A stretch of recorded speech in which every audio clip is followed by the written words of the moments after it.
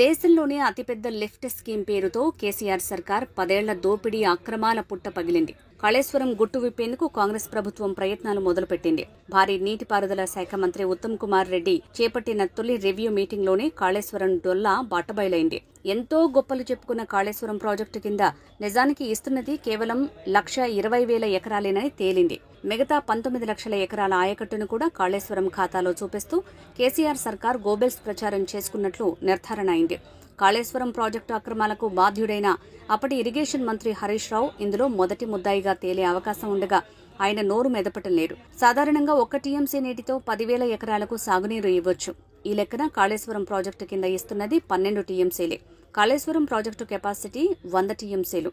12 లక్షల ఎకరాలకు నీరు పారించాలనే ఉద్దేశంతో 1,00,000 కోట్లకు పైగా ఖర్చు చేశారు. ప్రాజెక్టు పూర్తయినా ప్రస్తుతం ఇస్తున్నది 1,20,000 ఎకరాలకేనని మంత్రి తొలి రివ్యూలోనే కేసీఆర్ సర్కార్ అక్రమాల బండారం బట్టబయలు చేశారు. ప్రకృతిని ధ్వంసం చేస్తూ అక్రమాల పుట్టుగా కట్టిన కాళేశ్వరం ప్రాజెక్టులోని మేడిగడ్డ బ్యారేజీ పిల్లర్ల కుంగుబాటు ఘటన కేసీఆర్ పతనానికి నాంది పలికిన ఘటనకే ప్రాధాన్యతనిస్తూ ఇరిగేషన్ ప్రాజెక్టుల వాస్తవ పరిస్థితిని తెలుసుకునేందుకు మంత్రి ఉత్తమ్ కుమార్ రెడ్డి రివ్యూ సమావేశం ఏర్పాటు చేయగా ఈ సమీక్షా సమావేశానికి నీటిపారుదల శాఖ కార్యదర్శి స్మితా సబర్వాల్ మోహన్ చాటేశారు. సమీక్షకు సంబంధించిన సమాచారం లేకపోవడంతోనే ఆమె హాజరు కాలేదని సంబంధిత వర్గాలు చెబుతున్న వాస్తవం వేరని, అక్రమాలపై నీళ్లు నమిలే పరిస్థితిని ఎదుర్కోలేకే మోహన్ చాటేసినట్టు తెలుస్తోంది. దీంతో మంత్రి ఉత్తమ్ కుమార్ రెడ్డి ఈఎన్సీలు సి మురళీధర్, నాగేంద్రరావు, నల్ల వెంకటేశ్వర్లు తదితరులతోనే రివ్యూ చేశారు.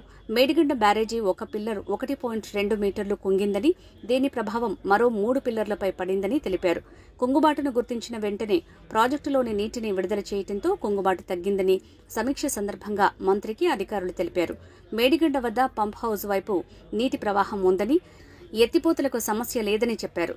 తొలి సమీక్షా సమావేశానికే ఇరిగేషన్ సెక్రటరీ స్మితా సబర్వాల్ డుమ్మా కొట్టడంతో వాస్తవ పరిస్థితిని పూర్తిస్థాయిలో పక్కా సమాచారంతో సీఎం దృష్టికి తీసుకువెళ్లి మంత్రిమండలి ఆమోదం తీసుకుని విచారణకు ఆదేశిస్తామని ప్రకటించడంతో అధికారుల గుండెల్లో రైళ్లు పరిగెడుతున్నాయి.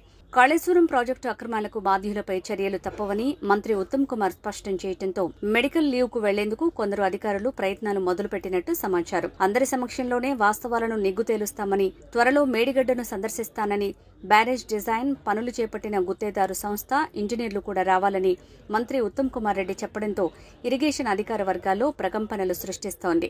ప్రాజెక్టు నిర్మాణానికి చేసిన మొత్తం ఖర్చు, విద్యుత్ పనులు ప్రయోజనంపై సమగ్ర నివేదిక అందించాలని ఆదేశించడంతో కాళేశ్వరం అక్రమాలకు ముఖ్య కారకులైన కేసీఆర్ ఫ్యామిలీతో పాటు భాగస్వాములైన వారంతా వణికిపోతున్నారు. నీటిపారుదల శాఖ ప్రధాన కార్యాలయం జలసౌధలో ప్రాజెక్టులపై మంత్రి సమీక్ష నిర్వహించిన సందర్భంగా చేసిన సూచనల వివరాలు ఇరిగేషన్ అధికార వర్గాల్లో హాట్ టాపిక్ గా మారాయి. ప్రాజెక్టుల నిర్మాణంలో గోప్యత, రహస్య ఉత్తర్వులు, అవినీతి చోటు చేసుకుందనే ప్రచారం ప్రజల్లో జరిగింది. ఈ నేపథ్యంలో మంత్రి ఉత్తమ్ కుమార్ రెడ్డి నిధుల వినియోగం, ప్రాజెక్టుల గురించి మొత్తం ట్రాన్స్పరెన్సీ పాటించాలని ఆదేశించారు. ప్రజల డబ్బులతో జరిగే పనుల్లో గోప్యత అవసరం లేదు. వారిని మార్టిగేజ్ చేసి రుణాలు తెస్తున్నామనేది గుర్తుంచుకోవాలి. ప్రాజెక్టుల నిర్మాణంలో 1 రూపాయి వృధా కావద్దు. ఇంజనీర్లు అవినీతికి తావు లేకుండా సమర్థంగా పనిచేయాలి. మా ప్రభుత్వ ప్రాధాన్య అంశం నీటిపారుదల రంగమే. ప్రాజెక్టులకు పెడుతున్న ఖర్చు, చేకూరుతున్న లబ్ధి నిష్పత్తిని బేరీజు వేస్తూ సమగ్ర నివేదిక రూపొందించాలి. కొత్త ప్రాజెక్టుల కింద నూతన ఆయకట్టు వివరాల్ని లిఖితపూర్వకంగా ఇవ్వాలని ఆదేశించడం అధికార వర్గాలతో పాటు కాంట్రాక్టర్ల సర్కిల్లో కూడా ప్రకంపనలు సృష్టిస్తోంది. ముఖ్యంగా కాళేశ్వరం ఎత్తిపోతలకు 1,00,000 కోట్లు ఖర్చు చేసి 1.20 లక్షల ఎకరాలకు మాత్రమే నీళ్లివ్వటం దారుణమనే విషయం కాంగ్రెస్ సర్కార్ తొలి వారంలోనే బట్టబయలు చేసింది. ఇంత పెద్ద ప్రాజెక్టు కింద 19.6 లక్షల ఆయకట్టు ఉంటే ఇంత తక్కువ విస్తీర్ణానికి నీళ్లు ఇవ్వడమేంటి? స్థిరీకరణ ఆయకట్టును ప్రాజెక్టు కింద ఎలా చూపుతారు? 4,600 కోట్లతో నిర్మించిన మేడిగడ్డ 3 ఏళ్లకే కుంగిపోవటం తీవ్రంగా పరిగణించాల్సిన అంశం అనే విషయం ప్రజల్లోకి మరింత బలంగా తీసుకువెళ్లేందుకు రంగం సిద్ధం చేస్తున్నట్టు సమాచారం. బీఆర్ఎస్ పార్టీని పార్లమెంటు ఎన్నికల్లోగా భూస్థాపితం చేయాలంటే కాళేశ్వరం ప్రాజెక్టు అక్రమాలు బట్టబయలు చేస్తే చాలు అనే అభిప్రాయం మంత్రి ఉత్తమ్ వ్యక్తం చేసినట్టు టాక్. మేడిగడ్డ బ్యారేజీ లేకపోతే కాళేశ్వరం మొత్తం నిరుపయోగమే. అలాగే పాలమూరు, రంగారెడ్డి ఎత్తిపోతలను కేంద్ర జల సంఘం అనుమతులు లేకుండా ఎలా చేపట్టారు? ప్రాజెక్టులకు థర్డ్ పార్టీ తనిఖీలు లేవా? అంచనాలు, టెండర్లు, నిర్మాణాలకు సంబంధించి శాఖ అంతర్గత ఆడిట్ ఉండాలి. అవేవీ పాటించలేదనే విషయాలను సీరియల్గా బయటపెడుతూ పార్లమెంటు ఎన్నికల్లో లబ్ధి పొందే దిశలో అడుగులు వేయాలని నిర్ణయించినట్టు సమాచారం.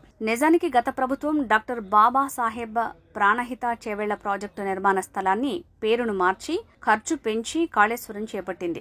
కాంగ్రెస్ ఎన్నికల ఎజెండాలో ప్రాణహిత చేవెళ్ల ప్రాజెక్టు నిర్మాణం ఒక అంశం. దీన్ని నిర్మించి ఎగువ ఆదిలాబాద్ జిల్లాతో పాటు పరిసర జిల్లాలకు సాగునీరు అందించాలని చెప్పుకున్నారు. తాజాగా ఇదే అంశంపై సీఎంతో చర్చించి ముందుకు వెళ్లాలని మంత్రి ఉత్తమ్ కుమార్ రెడ్డి నిర్ణయించినట్లు సమాచారం. అలాగే కృష్ణానది కింద శ్రీశైలం ఎడమ బ్రాంచ్ కాలువ పనులు 9 ఏళ్లుగా ముందుకు సాగటం లేదు. కాంట్రాక్టర్లకు కొన్నేళ్లుగా నిధులు విడుదల కావటం లేదని సీఈ చెప్పగా సీఎం ఆమోదంతో కేబినెట్ అనుమతి తీసుకుని అవసరమైన నిధులు విడుదల చేస్తాం.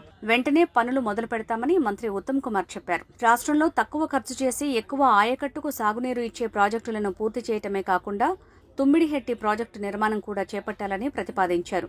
దీనిపై సీఎంతో చర్చించి నిర్ణయం తీసుకుంటామని, రైతుల్లో నమ్మకం కలిగించేందుకు రాష్ట్రంలోని 40,000 చెరువుల సంరక్షణ చేపడతామని మంత్రి ఉత్తమ్ వెల్లడించారు. సీతారామ ఎత్తిపోతలపైన కూడా ఉత్తమ్ కుమార్ రెడ్డి సమీక్షించారు. త్వరలో ఈ ప్రాజెక్టుని కూడా సందర్శిస్తానని చెప్పారు.